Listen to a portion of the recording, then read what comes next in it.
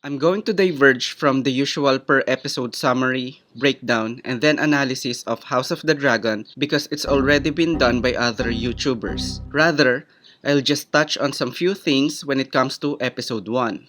At this timeline, Westeros is divided into 7 kingdoms, but the 6 kingdoms are unified and governed by the Targaryens. I'll explain at the end of the video why Dorne practices an independent foreign policy when it comes to Westeros. King's Landing, also known as the seat of power of Targaryens, is the capital city of Westeros. That's why I thought episode 1 will begin in this city. But apparently, the writers choose to show Harrenhal first.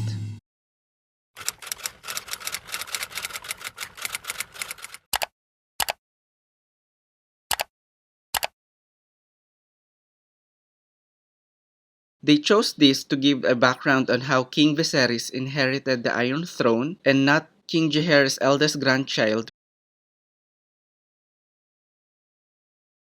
which is Rhaenys Targaryen.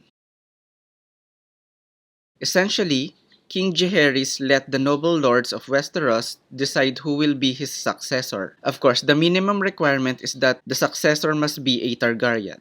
Obviously, King Viserys won.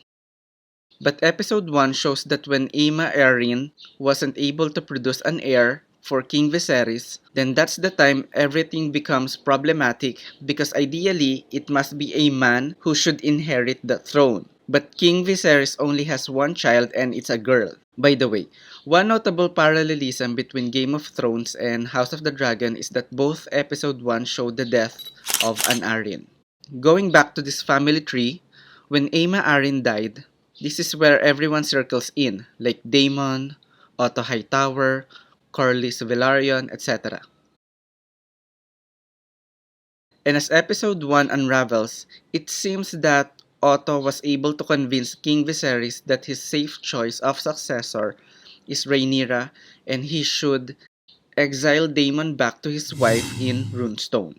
There are a few things I observed in episode 1.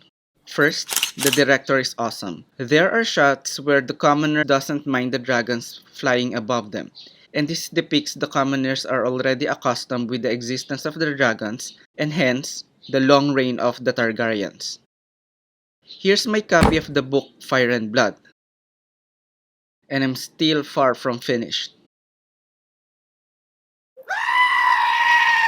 If you've read this book, there's no doubt that the most famous dragon here is Balerion. At the first scene, I knew that the dragon wasn't Balerion because of its golden color. Apparently, it was Syrax. There are scenes that are consistent with the book. For example, it was mentioned in the book that Daemon brings gifts to Rhaenyra, and that's one of the reasons why Rhaenyra fell or will fall for her uncle.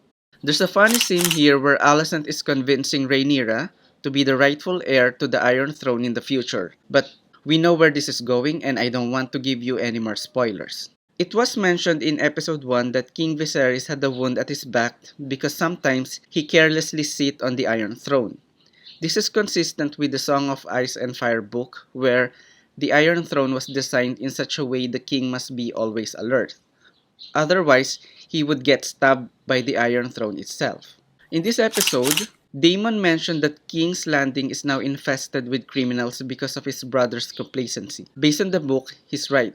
When Daemon was the commander of City Watch, he was like Duterte who roams the city to hunt for criminals. That's why King's Landing was a safe place when Daemon was there. There was a scene showing the stained glasses of the Red Keep missing the 7-pointed star. Based on Fire and Blood, the Targaryens did not actually accept the fate of the Seven, but King Jaeherys makes some reconciliation to avoid uprisings.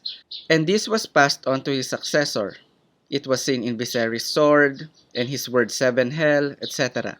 Also, King Jaeherys made some reconciliation so that people would accept some of their practices like incestuous relationships to preserve the bloodline, etc. Finally, one of the most important scenes in episode 1 is the belief that must be passed on to the next king or queen of Westeros. This belief, or prophecy as you may, has something to do with the rise of White Walkers in Game of Thrones. This is important because there are a lot of unanswered questions in Game of Thrones like why the hell is the Mad King shouting burn them all, etc. In this scene, King Viserys has a message to Rhaenyra about Aegon's dream of a Song of Ice and Fire. And if this message was effectively passed on to the next ruler, maybe this is the reason why the Mad King in Game of Thrones said burn them all. He wasn't referring to the traitors of the King's Landing. Rather, the Mad King is preparing for so much wildfire that it is meant to be used for White Walkers. It is for the realm to burn them all. By all, I mean the White Walkers. Another thought-provoking unanswered question in George Martin's Fire and Blood book is the content of the letter that was given to Aegon the Conqueror. King Aegon read Prince Nymor's words in open court, stone-faced and silent, while seated on the Iron Throne. When he rose afterward, men said his hand was dripping blood. He burned the letter and never spoke of it again. But that night, he mounted Balerion and flew off across the waters of Blackwater Bay to Dragonstone upon its smoking mountain. When he returned the next morning, Aegon Targaryen agreed to the terms proposed by Nymor. Soon thereafter, he signed a treaty of eternal peace with Dorne. When it comes to this mystery, my theory here is that Prince Nymor hired an assassin from Braavos and tried to sneak into the Dragonstone. There, the assassin hid some old possessions of Aegon's wife, Rhaenys, that was retrieved in Dorne. Prince Nymor was trying to demonstrate that he can infiltrate Dragonstone and kill any Targaryen without starting a war. Let's see if the House of the Dragon series can shed some clues about this mystery as well. Don't forget to like this video, subscribe to my YouTube channel, and hit the notification bell button for awesome updates. Thank you for watching!